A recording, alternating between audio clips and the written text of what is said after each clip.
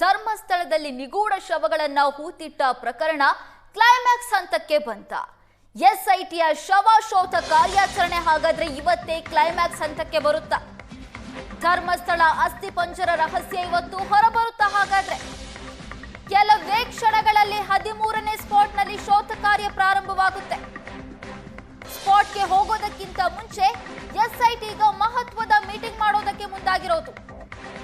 SIT ಮುಖ್ಯಸ್ಥ ಪ್ರಣವ್ ಮೊಹಂತಿ ನೇತೃತ್ವದಲ್ಲಿ ಸಭೆ ನಡೆಯಲಿದ್ದು, ಅನುಚೇತ್, ತನಿಖಾಧಿಕಾರಿ ಜಿತೇಂದ್ರ, ಎಸಿ ವರ್ಗೀಸ್ ಸಭೆಯಲ್ಲಿ ಭಾಗಿಯಾಗಿದ್ದಾರೆ. ಈಗಾಗಲೇ ಸಭೆ ಪ್ರಾರಂಭವಾಗಿದೆ. ಬೆಳ್ತಂಗಡಿ ಎಸ್ಐಟಿ ಕಚೇರಿಯಲ್ಲಿ ಅಧಿಕಾರಿಗಳು ಸಭೆ ನಡೆಸ್ತಾ ಇದ್ದಾರೆ. 10 ದಿನದ ಕಾರ್ಯಾಚರಣೆ ಬಗ್ಗೆ ಮುಖ್ಯಸ್ಥರಿಗೆ ರಿಪೋರ್ಟ್ ಸಲ್ಲಿಕೆ ಮಾಡಲಾಗುತ್ತೆ. ಸಭೆಯಲ್ಲಿ ಸಭೆ ನಂತರ ಅನಾಮಿಕರ ಜೊತೆ ಸ್ಪಾಟ್ಗೆ ತೆರಳಲಿದ್ದಾರೆ ಎಸ್ಐಟಿ ಅಧಿಕಾರಿಗಳು. ಈಗಾಗಲೇ ಎಸ್ಐಟಿ ಮುಖ್ಯಸ್ಥ ಪ್ರಣವ್ ಮೊಹಂತಿ ಸಭೆಯಲ್ಲಿ ಹಾಜರಿದ್ದು ಮಹತ್ವದ ಮೀಟಿಂಗ್ ನಡೀತಾ ಇದೆ. ಈ 10 ದಿನದಲ್ಲಿ ಯಾವ ರೀತಿ ಕಾರ್ಯಾಚರಣೆ ಮಾಡಲಾಯಿತು, 6ನೇ ಸ್ಪಾಟ್ನಲ್ಲಿ ಶವ ಸಿಕ್ಕಿರುವಂತ ಬಗ್ಗೆ, ಶವದ ಕಳೆಬರ ಸಿಕ್ಕಿರುವಂತ ಬಗ್ಗೆ ರಿಪೋರ್ಟ್ ಅನ್ನು ಸಲ್ಲಿಕೆ ಮಾಡಲಿದೆ ಎಸ್ಐಟಿ ಅಧಿಕಾರಿಗಳು.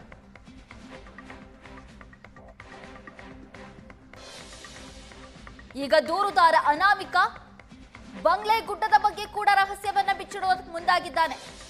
ಹಾಗಾದ್ರೆ ಆ ಬಂಗ್ಲೆ ಗುಡ್ಡದಲ್ಲಿ ಏನಿದೆ, ಇಲ್ಲಿ ಯಾವ ರೀತಿ ಕಾರ್ಯಾಚರಣೆ ಮಾಡಬೇಕು, 13ನೇ ಸ್ಪಾಟ್ನಲ್ಲಿ ಶೋಧ ಕಾರ್ಯ ಮಾಡಬೇಕಾ ಬೇಡ್ವಾ, ಈ ಎಲ್ಲವೂ ಕೂಡ ಈ ಮೀಟಿಂಗ್ ನಲ್ಲಿ ಚರ್ಚೆಯಾಗುವ ಸಾಧ್ಯತೆ ಇದೆ. ಈಗಾಗಲೇ 12 ಸ್ಪಾಟ್ನಲ್ಲಿ ಶೋಧ ಕಾರ್ಯ ಮಾಡಿರೋದು, ಜೊತೆಗೆ 11ನೇ ಸ್ಪಾಟ್ನ ಪಕ್ಕದಲ್ಲಿಯೂ ಕೂಡ ಶೋಧ ಕಾರ್ಯ ನಡೆಸಿ ಅಲ್ಲಿಯೂ ಕೂಡ ಅಸ್ಥಿಪಂಜರ ಸಿಕ್ಕಿದೆ. ಈಗ ಎಸ್ಐಟಿ ಅಧಿಕಾರಿಗಳ ಮೀಟಿಂಗ್ ಕುತೂಹಲಕ್ಕೆ ಕಾರಣವಾಗಿದೆ.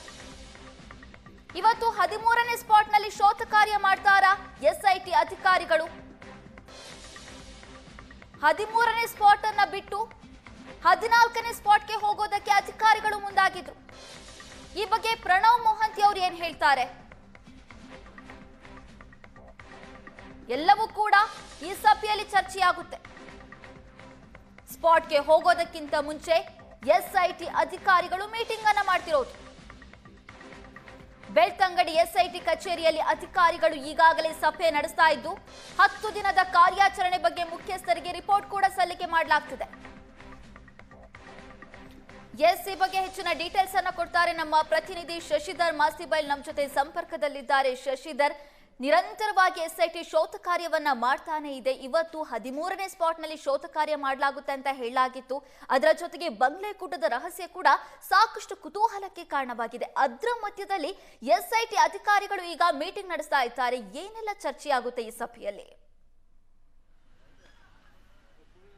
ನೋಡಿ, ಇವತ್ತು ಬಹಳ ಕ್ರೂಷಿಯಲ್ ಡೇ ಅಂತಲೇ ಹೇಳಬೇಕು. ಅಂದರೆ ಏನು ಮೊದಲ ಹಂತದ ಕಾರ್ಯಾಚರಣೆ ಇದೆ, ಇದು ಕ್ಲೈಮ್ಯಾಕ್ಸ್ ಹಂತಕ್ಕೆ ತಲುಪಿದೆಯಾ ಅಥವಾ 2ನೇ ಅಧ್ಯಾಯ ಆರಂಭ ಆಗುವುದಕ್ಕೆ ಇವತ್ತಿನಿಂದ ಶುಭಾರಂಭ ಆಗ್ತಾ ಇದೆಯಾ ಆ ಅಧ್ಯಾಯ ಅನ್ನೋದರ ಬಗ್ಗೆ ಒಂದಿಷ್ಟು ಗೊಂದಲ ಇದೆ.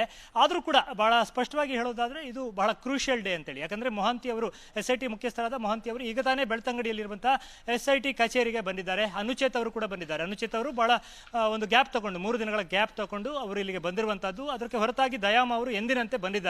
ಎಲ್ಲವೂ ಸರಿಯಾಗಿದ್ರೆ ಇಷ್ಟೊತ್ತಿಗೆ ಕಾರ್ಯಾಚರಣೆಗೆ ಹೊರಡಬೇಕಾಗಿತ್ತು. ಪ್ರತಿದಿನ 11 ಗಂಟೆ ಸುಮಾರಿಗೆ ಇಲ್ಲಿಂದ ಹೊರಟ್ರೆ 11:15ಗೆಲ್ಲ ಕಾರ್ಯಾಚರಣೆ ಶುರುವಾಗುವಂತದ್ದು. ಇವತ್ತು 13ನೇ ಪಾಯಿಂಟ್ನಲ್ಲಿ ಕಾರ್ಯಾಚರಣೆಯನ್ನು ಆರಂಭಿಸ್ತಾರೆ, ಉತ್ಖನನವನ್ನು ಆರಂಭಿಸ್ತಾರೆ ಅನ್ನುವಂಥ ನಿರೀಕ್ಷೆ ಇತ್ತು.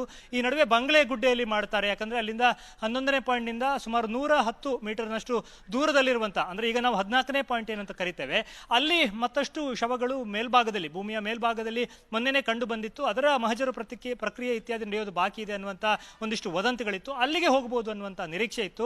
ಆದರೆ ಈಗ ಎಲ್ಲ ನಿರೀಕ್ಷೆಗಳಿಗೂ ತಲೆ ಕೆಳಗಾಗಿದೆ. ಯಾಕಂದ್ರೆ ಏನಿದ್ರೂ ಕೂಡ ಕಾರ್ಯಾಚರಣೆ ಇನ್ನು ಸದ್ಯಕ್ಕೆ ಇಲ್ಲ, ಒಂದು 2 ಗಂಟೆ ತಗಲಬಹುದು. ಈಗ ತಾನೇ ಮೊಹಂತಿ ಅವರು SIT ಕಚೇರಿಗೆ ಬಂದಿದ್ದಾರೆ. ಎಲ್ಲ ಹಿರಿಯ ಅಧಿಕಾರಿಗಳು ಕೂಡ ಇದ್ದಾರೆ. ಒಂದು ಮಹತ್ವದ ಸಭೆ ಕೂಡ ಆಗ್ತಾ ಇದೆ. ಇಲ್ಲಿ ಏನು ಸಭೆಯಲ್ಲಿ ಚರ್ಚೆ ಆಗಬಹುದು ಅನ್ನುವಂಥದ್ದು ಬಹಳ ಮುಖ್ಯ ಆಗುತ್ತೆ. ಯಾಕಂದ್ರೆ 13 ಅಂದ್ರೆ ಮೊದಲ ಹಂತದಲ್ಲಿ ಗುರುತಿಸಿದ ಎಲ್ಲ ಪಾಯಿಂಟ್ಗಳು ಕವರ್ ಆದಾಗ ಆಯ್ತು, ಪ್ಲಸ್ 1 14 ಅಂತ ನಾವು ಹೇಳ್ತಾ ಇದ್ದೇವೆ. ಸೊ 2 ಪಾಯಿಂಟ್ಗಳದ್ದು ಇನ್ನು ಬಾಕಿ ಇದೆ ಅಂತ. ಸೊ 13ನೇ ಪಾಯಿಂಟ್ನಲ್ಲಿ ಈವರೆಗೆ ಯಾವುದೇ ತಯಾರಿಗಳು ಆರಂಭ ಆಗಿಲ್ಲ. ಅಂದ್ರೆ ನೇರವಾಗಿ 14ನೇ ಪಾಯಿಂಟ್ಗೆ ಇವತ್ತು ಹೋಗಬೇಕಾ, ಅಥವಾ ಮೊದಲ ಹಂತದಲ್ಲಿ ನೋಟ್ ಮಾಡಿದಂಥ 13ನೇ ಪಾಯಿಂಟನ್ನು ಇವತ್ತು ಕೈಗೆ ಎತ್ತಿಕೊಳ್ಬೇಕಾ, ಅಥವಾ ಆ 13ನೇ ಪಾಯಿಂಟ್ ಬಗ್ಗೆ ಸಾಕಷ್ಟು ಗೊಂದಲ ಇದೆ. ಯಾಕಂದರೆ ತುಂಬ ಸಾರ್ವಜನಿಕರ ಓಡಾಟ ಆಗಿದೆ, ಅಭಿವೃದ್ಧಿ ಕಾರ್ಯಗಳು ಸಾಕಷ್ಟು ಆಗಿದೆ, ಅಲ್ಲಿ ಕಿಂಡಿ ಅಣೆಕಟ್ಟಿನ ಕಾಮಗಾರಿ ಆಗಿದೆ, ವಿದ್ಯುತ್ ಸಂಪರ್ಕಕ್ಕೆ ಸಂಬಂಧಪಟ್ಟ ಕಂಬಗಳನ್ನು ಅಳವಡಿಸಲಾಗಿದೆ, ಪ್ರವಾಹ ಬಂದ ಪರಿಸ್ಥಿತಿಯಲ್ಲಿ ಅಲ್ಲಿ ಸಾಕಷ್ಟು ಮಣ್ಣನ್ನು ಕೂಡ ಹೇರಲಾಗಿತ್ತು. ಸೊ ಅಲ್ಲಿ ಶವ ಸಿಗುತ್ತಾ ಅನ್ನುವಂಥ ಒಂದು ಸಂಶಯಗಳು ಕೂಡ ಇರೋದ್ರಿಂದ 13ನೇ ಪಾಯಿಂಟ್ ಮಾಡಬೇಕಾ, ಕೈ ಬಿಡಬೇಕಾ, ಅಥವಾ 14ನೇ ಪಾಯಿಂಟ್ ಅಂತ ಏನು ಹೇಳ್ತಾ ಇದ್ದೇವೆ ಅಲ್ಲಿಗೆ ಹೋಗಬೇಕಾ. ಯಾಕಂದರೆ ಅಲ್ಲಿ ಭೂಮಿಯ ಮೇಲ್ಭಾಗದಲ್ಲಿ ಏನಾದರೂ ಶವದ ಕುರುಹುಗಳು ಸಿಕ್ಕಿದ್ರೆ ಅದು ಹೂತ ವಿಚಾರ ಅಲ್ಲ, ಅದೊಂದು ಪ್ರತ್ಯೇಕ ಪ್ರಕರಣ ಆಗುತ್ತೆ, ಅಸಹಜ ಸಾವಿನ ಪ್ರಕರಣ ಆಗುತ್ತೆ. ಅದಕ್ಕೆ SIT ತೊಡಗಿಸ್ಕೊಳ್ಬೇಕಾ, ಅದು ಕೂಡ ಚರ್ಚೆ ಆಗುವಂಥ ಸಾಧ್ಯತೆ ಇದೆ. ಮೊನ್ನೆ ಸಿಕ್ಕಂಥ ಒಂದು ಶವದ ಅವಯವಗಳ ವಿಚಾರವಾಗಿ ಈಗಾಗಲೇ SIT ಅದನ್ನು ಕೈಗೆತ್ತಿಕೊಂಡು ತನಿಖೆಯನ್ನು ಮಾಡ್ತಾ ಇದೆ. ಸೊ ಈಗ ಹೆಚ್ಚುವರಿಯಾಗಿ ಮತ್ತೆರಡು ಶವದ ಏನಾದರೂ ಕಳೆ ಬರಹಗಳಲ್ಲಿ ಸಿಕ್ಕರೆ ಅದನ್ನು ಕೈಗೆತ್ತಿಕೊಳ್ಳಬೇಕಾ, ಹೀಗೆ ಸಾಕಷ್ಟು ಚರ್ಚೆಗಳಿವೆ. ಇದರ ಜೊತೆಗೆ ಏನು ಮೊದಲ ಹಂತ ಇಲ್ಲಿಗೆ ಮುಗಿಯುತ್ತೆ 13ನೇ ಒಂದು ಇದಕ್ಕೆ, ಸೊ ಇದು ಕ್ಲೈಮ್ಯಾಕ್ಸ್ ಹಂತಕ್ಕೆ ತಲುಪಿದೆಯಾ ಅಥವಾ ಎರಡನೇ ಹಂತವನ್ನು ಕೈಗೆತ್ತಿಕೊಳ್ಬೇಕಾ. ಯಾಕಂದರೆ ಆತ ಸುಮಾರು 30 ಪಾಯಿಂಟ್ಗಳನ್ನು ಮೊದಲೇ ಹೇಳಿದ್ದ, ಅದರಲ್ಲಿ ಆಯ್ದ 13 ಪಾಯಿಂಟ್ಗಳನ್ನು, ಬಂಗ್ಲೆಗುಡ್ಡೆಯಲ್ಲಿರುವಂಥ 13 ಪಾಯಿಂಟ್ಗಳನ್ನು ಮಾತ್ರ ಕೈಗೆತ್ತಿಕೊಂಡಿದ್ರು. ಸೊ ಎರಡನೇ ಹಂತಕ್ಕೆ ಹೇಗೆ ಹೋಗಬೇಕು ನಾವು, ಈತ ಹೇಳ್ತಾ ಇರುವ ಹೇಳಿಕೆಗಳು, ಈವರೆಗೆ ಆಗಿರುವ ಕಾರ್ಯಾಚರಣೆಗಳು ಪ್ರತಿಯೊಂದನ್ನು ಕೂಡ ತಾಳೆ ಹಾಕಿ ಎಷ್ಟು ಗಂಭೀರವಾಗಿ ಈತನ ಹೇಳಿಕೆಯನ್ನು ಪರಿಗಣಿಸಬೇಕಾಗುತ್ತೆ ಅನ್ನೋದನ್ನು ಕೂಡ ಇಲ್ಲಿ ನೋಡಬೇಕಾಗುತ್ತೆ. ಯಾಕಂದರೆ 6ನೇ ಪಾಯಿಂಟ್ನಲ್ಲಿ ಏನು ಸಿಕ್ಕಿದೆ ಅದು ಸಾಕಷ್ಟು ಹಳೆಯದ್ದು, ಈತ ಹೂತಿರಬಹುದಾದ ಕಾಲಘಟ್ಟದ್ದು ಅಲ್ಲ ಅಂತ ಹೇಳಲಾಗ್ತಾ ಇದೆ. ಆನಂತರ 11ನೇ ಪಾಯಿಂಟ್ನಿಂದ 110 ಮೀಟರ್ನಲ್ಲಿ ಏನು ಸಿಕ್ಕಿದೆ ಅದು ಕೂಡ ಆತ್ಮಹತ್ಯೆ ಮಾಡಿಕೊಂಡ ಶಂಕೆಯ ಪ್ರಕರಣಗಳಾಗಿವೆ. ಸೊ ಗಂಭೀರವಾಗಿ ಪರಿಗಣಿಸುವ ಯಾವುದೇ ವಿಚಾರಗಳು ಈವರೆಗೆ 12ರವರೆಗೆ ಸಿಕ್ಕಿಲ್ಲ ಅನ್ನೋದು ಒಂದು ವಾದ. ಸೊ ಹಾಗೆ ಅಂತೇಳಿ ಆದರೆ ಈ ಮುಸುಕುದಾರಿ ದೂರುದಾರನ ಹೇಳಿಕೆಗಳನ್ನು ಮುಂದೆ ಯಾವ ರೀತಿ ಪರಿಗಣಿಸಬೇಕು ಮತ್ತು ಎರಡನೇ ಹಂತದ ಕಾರ್ಯಾಚರಣೆಯ ಔಚಿತ್ಯ ಏನು, ಅದನ್ನು ಹೇಗೆ ಆರಂಭಿಸಬೇಕು, ಮೊದಲನೇ ಹಂತದ ಏನು ಸಿಕ್ಕಿದೆ ವರದಿಗಳನ್ನೆಲ್ಲ ಸಂಗ್ರಹ ಮಾಡಿ ಅದರ ವೈಜ್ಞಾನಿಕ ವಿಮರ್ಶೆ ಮಾಡಿ ಅಲ್ಲಿ ಬಂದಂಥ ವರದಿಯ ಆಧಾರದಲ್ಲಿ ಎರಡನೇ ಹಂತವನ್ನು ಕೈಗೆತ್ತಿಕೊಳ್ಳಬೇಕಾ, ಈ ಎಲ್ಲ ನಿರ್ಧಾರವನ್ನು ಇವತ್ತು ತೆಗೆದುಕೊಳ್ಳಲೇಬೇಕಾಗುತ್ತೆ. ಸೊ ಆ ದೃಷ್ಟಿಯಿಂದ ಪ್ರಣವ್ ಮೊಹಂತಿ ಅವರು ಬಂದಿರುವಂಥದ್ದು. ಸೊ ಈಗಾಗಲೇ ಅವರು ಕೂಡ ಬಂದಿದ್ದಾರೆ, ಅನುಚೇತ್ ಅವರು ಕೂಡ ಬಂದಿದ್ದಾರೆ, ಎಂದಿನಂತೆ ದಯಾಮ ಅವರು ಈ ಮೊದಲೇ ಬಂದು ಅಲ್ಲೇ ಇದ್ದಾರೆ, AC ಸ್ಟೆಲ್ಲಾ ಅವರು ಕೂಡ ಇವತ್ತು ಸಮಯಕ್ಕೆ ಸರಿಯಾಗಿ ಬಂದು ಅಲ್ಲೇ ಇದ್ದಾರೆ, ತಹಶೀಲ್ದಾರನ್ನು ಕೂಡ ಕರೆಸಿಕೊಳ್ಳಲಾಗಿದೆ. ಸೊ ಎಲ್ಲರೂ ಸೇರಿ ಒಂದು ಮಹತ್ವದ ಸಭೆಯನ್ನು ನಡೆಸ್ತಾ ಇದ್ದಾರೆ.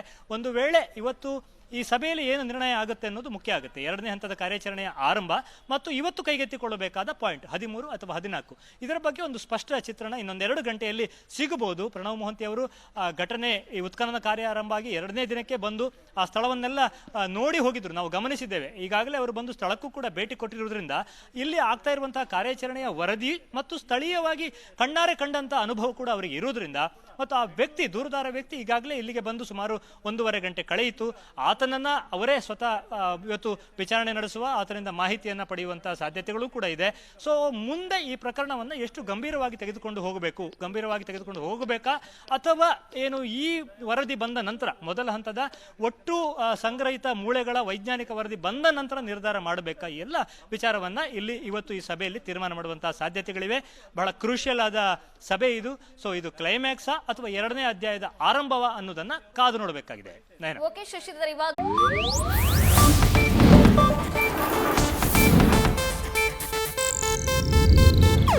ಇದು ಏಷ್ಯಾನೆಟ್ ನ್ಯೂಸ್ ನೆಟ್ವರ್ಕ್ ಪ್ರಸ್ತುತಿ.